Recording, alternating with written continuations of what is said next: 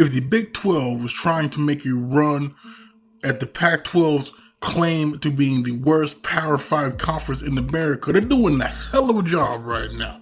Because for the third straight week, the Big 12 is... At this point, you want to say solely their namesake, because it's not as if their name is great. I mean, I think we know by now how the hierarchy goes. SEC, Big 10, depending on who you're asking, ACC, Big 12, Pac-12. The Big 12 is teetering more and more and more towards that Pac-12 territory. Because today, the first day of conference games in the Big 12, honestly was a disgrace. It was truly a disgrace. If we want to get down to it here, OU losing, having a 28-7 lead in the third, losing at home. The offensive line playing like absolute dog crap. Receivers couldn't get open against Kansas State's backups. It was just all around bad. I have to give credit where credit is due to Kansas State. Head coach Chris Kleiman there in his second season, beating OU 2 years in a row. I feel like this man might just have OU's number. But at the end of the day here, that is the third-ranked team in the country. The 5-6 time defending conference champion. And I'm sure they'll probably still find a way, run the table, win it again. But when the premier team in the conference loses not only at home, but in pretty convincing fashion in that second half, mainly in the fourth quarter, to a team that 2 weeks ago couldn't even beat Arkansas State, not a good look. Really not a good look. Now, I don't want the blame to go on Spencer Rattler. I think he played a really good game. One of those picks was tipped. Obviously, that last one was really a bad decision, but the man is again a redshirt freshman, making his second career start. I don't think he's played in many games prior to that. But, a lot of work to do defensively. Again, I don't know why everybody all of a sudden thought the corner was turning here. No, this is the same OU with the same OU talent defensively that has been a liability at best for the better part of the past decade, and it was foolish to think after beating a lowly Missouri State team that won one game last year at the FCS level, and they were really turning a corner. So I'm glad Kansas State went out there and that Skylar Thompson threw for how many ever yards he did and scored 4 or 5 touchdowns. I'm glad he did that because hopefully this brings people back to reality here. This is the same OU that has to score almost every time they get the ball. This is the same OU where if they get more than 3 stops a game, you better be counting your stars here. And it's typical OU losing to a team you shouldn't lose to. Now again, like I said, I'm sure they'll run the table. I'm sure they'll beat whoever they play with. Iowa State, I'm sure they'll go into Ames and beat Iowa State because this is what they do. But it's not a good look.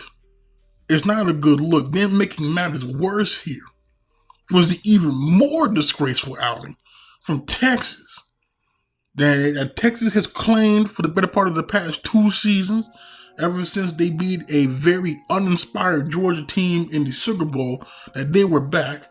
Last year, obviously, they were not back because I failed to see how you're back and end up in the dang Alamo Bowl. But regardless, you got 2 new coordinators.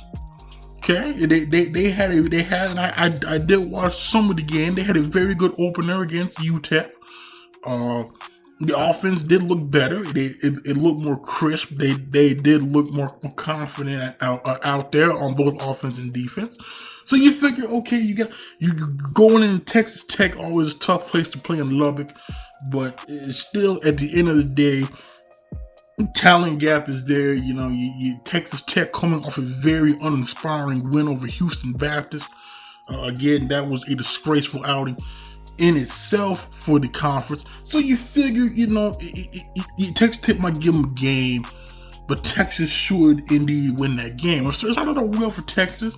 Really, they scored on the opening drive there, but it fell apart. It really fell apart for them, especially in the second half when Texas Tech, I believe, was down by 14. They scored in the first 53 seconds of the half. They went on to take a 16-point lead with roughly 3.5 minutes to go in the game. Literally, you want to talk about a bad defensive outing. Texas, I didn't know it was. I didn't think it was possible. I figured with the recruiting classes, the coaching changes here, that Tom Herman's unit there would improve. They somehow, now granted, this is only one game, so I could be overreacting here, somehow took a step back. And that's not what we need. That's not what we need as a conference, because again, this is the 8th ranked team, so the 3rd ranked team already lost. So now pretty much Texas kind of needed a resounding win here to somewhat assist the image of the conference. Now again, I know you're gonna say, well, the SEC did struggle, but they're the SEC. They can get by with that. Yes, I know.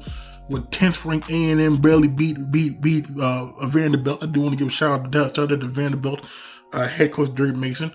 I know he kind of needs that win, because I know his job is on the line. Hasn't won more than 6 games in a season. I know that Mike Leach won his debut game in Mississippi State over LSU, where KJ Costello at quarterback, the Stanford transfer, threw for an SEC record 623 yards in the game. And I believe LSU now becomes the first defending national champion to lose a home opener since like the 70s. Yes, and they're ranked 6th. And yes, it did look bad. So you could also throw them in there. But again, as I said before, they're the SEC. They get a pass. The Big 12, on the other hand, does not have that luxury. The Big 12 has to come out there and dominate week in and week out, at least the top teams anyways, to really try to make a claim for when the playoff time comes. Well, again, mentioned earlier, OU lost. Then in Texas here, now I want to give them a lot of credit here, because again, it shows a lot of character here. I want to credit Sam Ehlinger. Whether you like Texas or not, you got to respect the man as a competitor, the man as a fighter here. Did an immaculate job with what 3.5 minutes left. They down by 16. They get the touchdown fairly quickly, because Texas Tech decided to pooch kick it, and Texas scored in 4 plays. They then recovered the onside kick, which Texas Tech should be ashamed of themselves, because the man had it in his hand, did not field the kick. Texas got it. Texas would then score 4 and then get the 2-point conversion on a very ingenious play call, I might add, where they kind of spread out. They had 4 to one side, 1 to the other, and the guy on the one side, I think it was Eagles, got a slant, and then they go to overtime. They go overtime. Texas Tech wins the coin toss. They defend. Texas gets another touchdown, and then Texas Tech does not convert on their following drive. I think it was like 4th and 14, following a loss on a couple of plays, and Texas was able to escape with a 63-56 win. Still a disgrace. It was still a disgrace all the way around. The Texas defense just was bad. Couldn't tackle, couldn't get off a block, couldn't cover. Offensively here, the offensive line was giving off sacks on 3-man rushes, and again, that would be fine if the 3-man rush was coming from someone like Alabama, but the 3-man rush was coming from Texas Tech. Not good. They're really not good. And there was one play in particular that was even more of a disgrace. Or they double teamed the guard in the center, double teamed the man. He split the double team and got the sack with roughly within 5 or 6 seconds. It was truly a disgrace. And it's just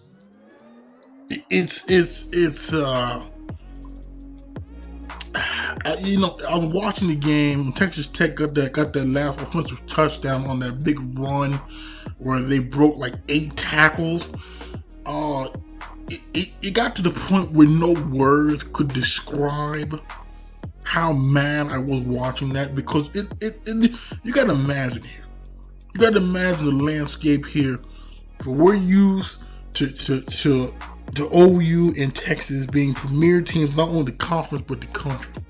And to see where Texas is falling now, to the point where even though they are in the top 10, but just seeing how far they've fallen from the Vince Young, the Cole McCoy days, to where it is now, and it doesn't appear to be getting any better. I guess is the problem. It does not begin to me that them turning a corner here, that they're coming back to that. Now again, I could be wrong. Texas could again just run the gauntlet here, dominate from here on out, but it's just not looking to be the case. Then, rounding out the day, the third best team in the conference, OSU, once again, just a pathetic offensive outing against West Virginia, a bottom feeder in the conference. And I don't know. I don't know what's happening at OSU. That's usually a place where offenses reign supreme. You have probably arguably the best running back in the country in Chuba Hubbard, and it's not working. The pass game is awful. Now I do think they have a really good quarterback here in what is his name? Illingsworth or whatever the man's name is. I feel like he's their next Mason Rudolph. I really like him. I don't know where this would leave Spencer Sanders, because I feel like we could have one of these whole Wes Lunt, Mason Rudolph things where Wes Lunt was the guy, he got hurt. Mason Rudolph came in, as we know, led that Bedlam win. And the rest is history. I feel like it could be repeating itself here, and if so, I think Spencer Sanders could be the odd man out. But regardless, the offense looked just terrible. Again, West Virginia should have won that game. If you actually watched that game, West Virginia had a whole lot of drives that ended in nothing. And again, if it was not for OSU's defense, which is surprisingly good this year, I would give them that. It's surprisingly good. Now, granted, Tulsa and West Virginia aren't the stiffest of tests, but it does look like a very solid unit here under Jim Knowles. So I want to give them at least credit on that front. But not a good look when the top 3 teams struggle against I think Kansas State was picked to finish in the middle of the conference, and West Virginia and Texas Tech were picked towards the bottom. Not a good look. Really not a good look. I mean, sure, Iowa State rebounded, beat TCU. I mean, that's fine and dandy, but at this point, is anybody caring about Iowa State anymore? No. And then Baylor, I give them credit after 2 delays on trying to play a game, came out there after allowing Kansas to get a early touchdown to give them their first lead of the season for Kansas. They came and scored with 40 straight points, I think, before Kansas scored again in the fourth. But just not a good look. It's not a good look, because again, as we know what the perception is. We know how much of a controversy is every year when OU at one loss somehow ekes in there over a second Big Ten team or third SEC team. I think we know how that goes. Now, thankfully, the loss is early. It's early, and obviously, again, there's still a lot of time left. You can either run the table, get back up there, because the SEC, one of their downfalls is they always knock each other off, similar to the Big Ten East. I believe we got Ohio State, Penn State, Michigan, they all beat each other off. So there's still a chance, but just from a perception standpoint, it is not a good 3 weeks here. It's really not. First you start off by losing to 3 Sun Belt schools. Then OSU, lone game last week, I believe, was in a dogfight with Tulsa. Which just, even if you, just saying in a dogfight with Tulsa, in itself, it is bad enough. Then when you actually watch the game and see Tulsa should have won that game, it makes it even worse. Then you figure, then you look this week, and then you're wondering to yourself, what is next? Because I at this point, I really hate to see what's next week, because it seems like every week it's getting worse and worse here, and I hope it gets better. I really do, because again, right now it is not looking good for Big 12 right now, as far as national perception goes, as far as top team in the conference playing like top teams in the conference, and it's just, you just hope it gets better, because right now it is trending downwards, and it's not where you want to be trending